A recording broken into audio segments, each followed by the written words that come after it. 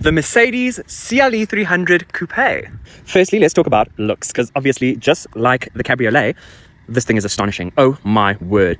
I love the look of the Cabriolet with the roof down, but this thing just looks so sporty and mean. I think the AMG pack just looks so cool on the Coupé. That is why it's such a head turner. Like, everyone stares at me. Everyone stares at this car, and I understand why. It's just fantastic. So under the hood, you get a 2-litre 4-cylinder with 190 kilowatts of power, but it actually sounds like a V6. It's also paired with a 48-volt mild hybrid system that actually gives you a 17 kilowatt boost in power when you accelerate. In total, it's got 400 newton meters of torque, and you clearly feel it. This thing is super powerful and super quick. This particular one also has the Mercedes digital light headlights with the little blue accents. And these headlights, how they perform at night, I mentioned it on the Cabriolet as well. They are fantastic. Around the back is where it's the most sexy, because it's got these gorgeous taillights that's actually combined together with this black little strip. It's got such a cool aesthetic to it, and I love the design language, especially at the rear for the new Mercs. They just look so well rounded, so fantastic. You've got some vintage everywhere. It just looks, I know they might be fake, but they look sexy.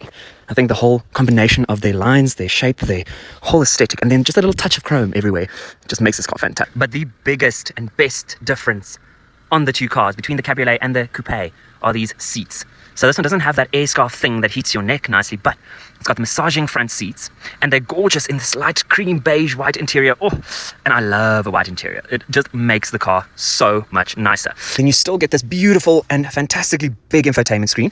And this section down here, it's nice and usable, and it's always present. So it's easy to turn on and off your air conditioning and control it. It never disappears. The screen is big enough to house your Apple CarPlay, which is wireless, or Android Auto and everything, while also keeping the key functions here for your climate control. I think that's quite fantastic. I love the look and feel of everything. This pattern here on all the trims is so nice. And then everything is logically laid out, like I mentioned previously, but also just check, having the white interior brightens up everything in this cabin, not just the seats. Even the doors have brighter sections and inlays, and all the leathers on the dash, and this beautiful cluster right here. It's so magnificent and so big. Now, with the Coupé, I don't know if I'm mistaken, but the Burmester sound system in this thing just...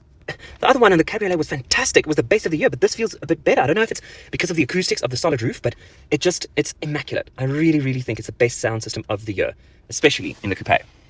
Now, to finish it off, the overall drive of this car, I mentioned the performance, yes, but the suspension, it handles well in corners, and it's so nice, and it's so, I don't know, well engineered, especially if you are going on, I don't know, a bit crappier of roads, because I know this is South Africa. We don't always have the nicest freeways or softest roads, but it's overall such a great drive.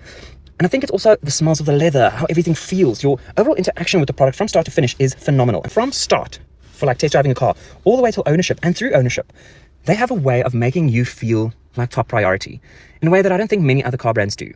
And that is why Mercedes is so fantastic, and why they just speak to me. They speak to my heart. I just love this brand.